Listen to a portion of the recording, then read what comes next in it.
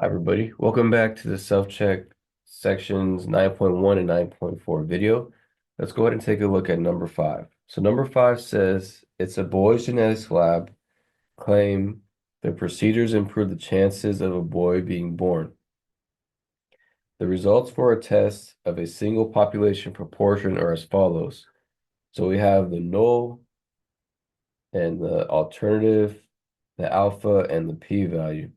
So part A says state the conclusion about the null hypothesis. So we already given the p-value, so all we need to do is compare it to the alpha.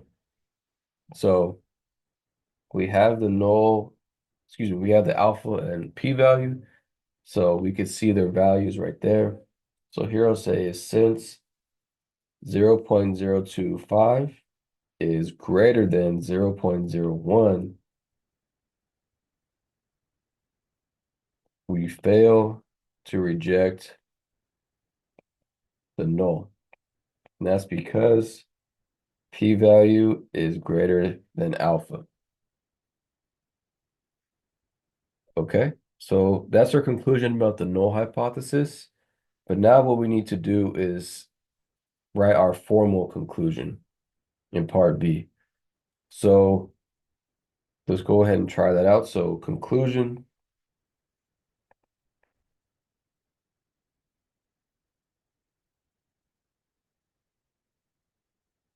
what our conclusion would be following our table from above, copy and paste it from the notes, is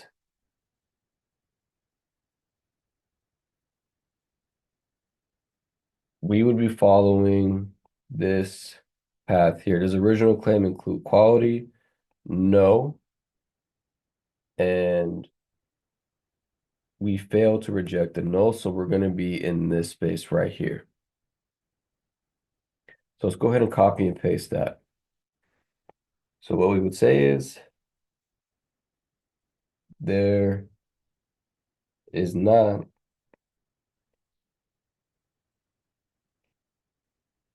sufficient evidence to support the claim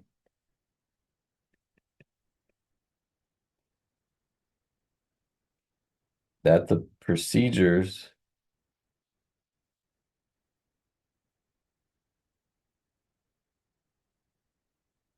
improve the the chances of a boy being born.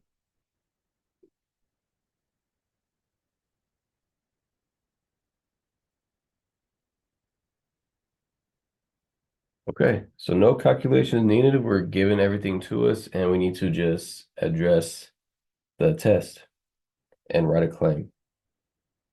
So let's look at number 6 now. So suppose a baker claims that his bread height is more than 15 centimeters. So now we want to go out of our way to state the null and alternative hypothesis. So his claim is that the bread's height is more than 15 centimeters. So when I see that, that means it's that greater than sign.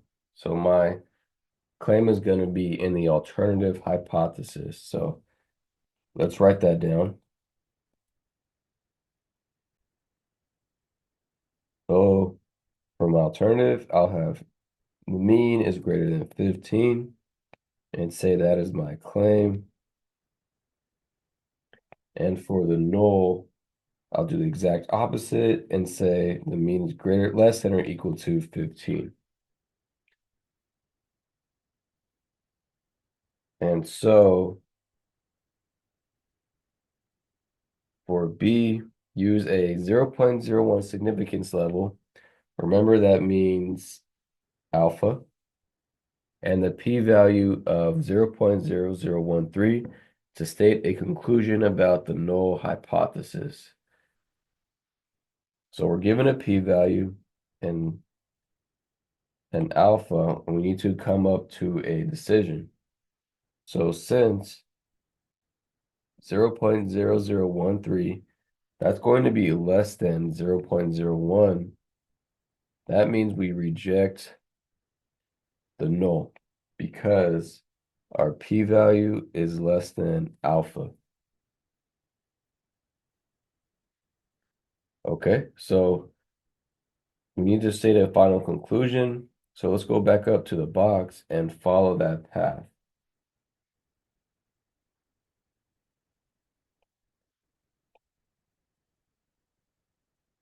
Okay, so our original claim didn't include equality. So our original claim did not include equality.